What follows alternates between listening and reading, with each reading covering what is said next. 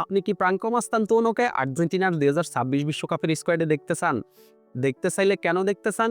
বা না দেখতে চাইলে কেন না দেখতে চান? সেটা আপনি কমেন্টে জানাবেন। তবে আমার কাছে মনে হয় যে মাস্তানতুনো স্কালোনির নজরে আছে। খুব ভালোভাবেই আছে।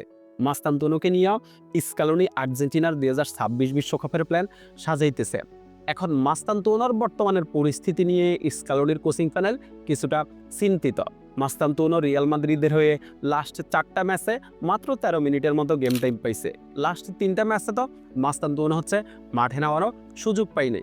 এখন রিয়াল মাদ্রিদের যদি মাস্তানতুনোর আসলে এই পরিস্থিতিটা যদি সামনেও কন্টিনিউ থাকে, তাহলে আমার কাছে মনে হয় যে মাস্তানতুনো আর্জেন্টিনার হয়ে বিশ্বকাপ খেলার সম্ভাবনা কমতে থাকবে। আর রিয়াল মাদ্রিদের হয়ে যদি মাস্তানতুনো সিজনের বাকি যে ম্যাচগুলো আছে, এই ম্যাচগুলোতে যদি সুযোগ পায় বা হচ্ছে যদি পারফর্ম করতে পারে, তাহলেই হচ্ছে মাস্তানতুনো আর্জেন্টিনার হয়ে তার প্রথম বিশ্বকাপটা খেলতে পারবে। এখন মাস্তানতুনোকে নিয়ে আসলে আপনি অনেক অভিযোগ করতে পারেন যে মাস্তানতুনো একটা লেজি প্লেয়ার, ওইভাবে ভালো ড্রিবলিং করতে পারে না, হুদাই ব্যাক পাস দেয়, ভালো একটা লাইন ব্রেকিং পাস দিতে পারে না। এই যে আপনার অভিযোগগুলা, এই অভিযোগগুলার পিছনে যথেষ্ট কারণও আছে। রিয়াল মাদ্রিদের হয়ে মাস্তানতুনো আসলে যথেষ্ট সুযোগ পাইছে, কিন্তু সেই সুযোগগুলো আসলে কাজে লাগাইতে পারে নাই। এখন সেই সুযোগগুলা কেন কাজে লাগাইতে পারে নাই, কেন মাস্তানতুনো পারফর্ম করতে পারে নাই, এটার পিছনে আমি সবচেয়ে বড় কারণ হিসাবে বলবো মাস্তানতুনোর আত্মবিশ্বাস। মাস্তানতুনো রিভার প্লেটে যে আত্মবিশ্বাসটা নিয়ে খেলতো, ওই আত্মবিশ্বাস হচ্ছে মাস্তানতুনো রিয়াল মাদ্রিদে পাইতেছে না। আপনি রিভার প্লেটের হয়ে মাস্তানতুনো যে ম্যাচগুলো খেলছে, ওই ম্যাচগুলার হাইলাইটস যদি আপনি এখনও দেখেন, আপনি বুঝতে পারবেন যে মাস্তানতুনোর ভিতরে কতটা ট্যালেন্ট আছে, কতটা কোয়ালিটি আছে। রিভার প্লেটে মাস্তানতুনো যে আত্মবিশ্বাস নিয়ে একটা ড্রিবলিং করতো, যে আত্মবিশ্বাস নিয়ে তার রান মেক করতো, যে আত্মবিশ্বাস নিয়ে একটা ফাইনাল থার্ডে ফার্স্ট দিত, ওই আত্মবিশ্বাসটা হচ্ছে মাস্তানতুনো রিয়াল মাদ্রিদে পাইতেছে না। কেন পাইতেছে না? ওইগুলার হিস্টোরি আসলে অনেক লম্বা, ওইগুলা বলতে গেলে ভিডিও অনেক লম্বা হয়ে যাবে। তবে ছোট করে এটাই বলি যে রিয়াল মাদ্রিদের টিমমেটদের কাছ থেকে আসলে মাস্তানতুনো যে সাপোর্টটা পাওয়ার কথা ছিল, ওই রকম সাপোর্ট মাস্তানতুনো পাই নাই। যেই ম্যাচগুলোতে মাস্তানতুনো সুযোগ পাইছে, আপনি ভিডিও দেখতে পারেন যে ম্যাচগুলোতে মাস্তানতুনো সুযোগ পাইছে, বেশিরভাগ সময়ই আসলে মাস্তানতুনোকে আসলে আপনার হচ্ছে তার টিমমেটরা সাপোর্ট করে নাই। আপনি এই যে রিয়াল মাদ্রিদের বেশিরভাগ অ্যাটাক আপনি দেখবেন যে লেফট উইং দিয়ে হইতো। ভিনিসিয়াস, কিলিয়ান এমবাপে, আর্দা গুলার, বেলিংহাম সবাই হচ্ছে লেফট উইংয়ে থাকতো।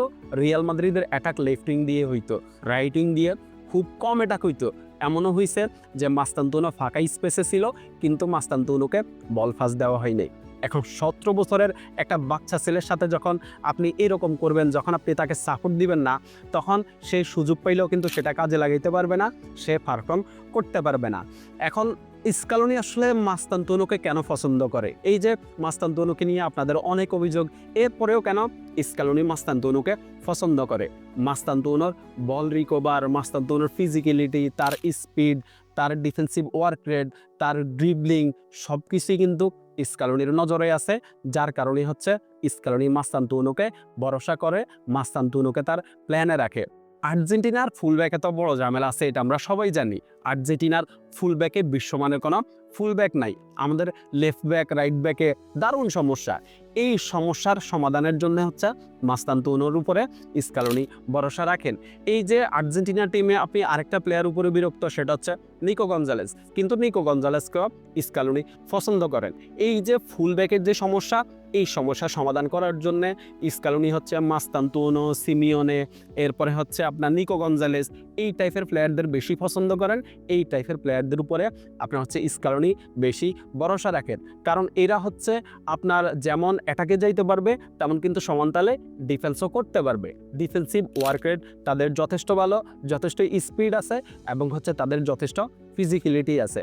এখন আপনি আসলে মাস্তানতুনো বা নিকো গঞ্জালেসকে অপছন্দ করতেই পারি, কিন্তু স্কালোনি যে প্ল্যান করতেছেন, ওই প্ল্যানে যদি আপনি একটু চিন্তা করেন, তাহলে কিন্তু মাস্তানতুনো এবং নিকো গঞ্জালেসকে অবশ্যই লাগবে।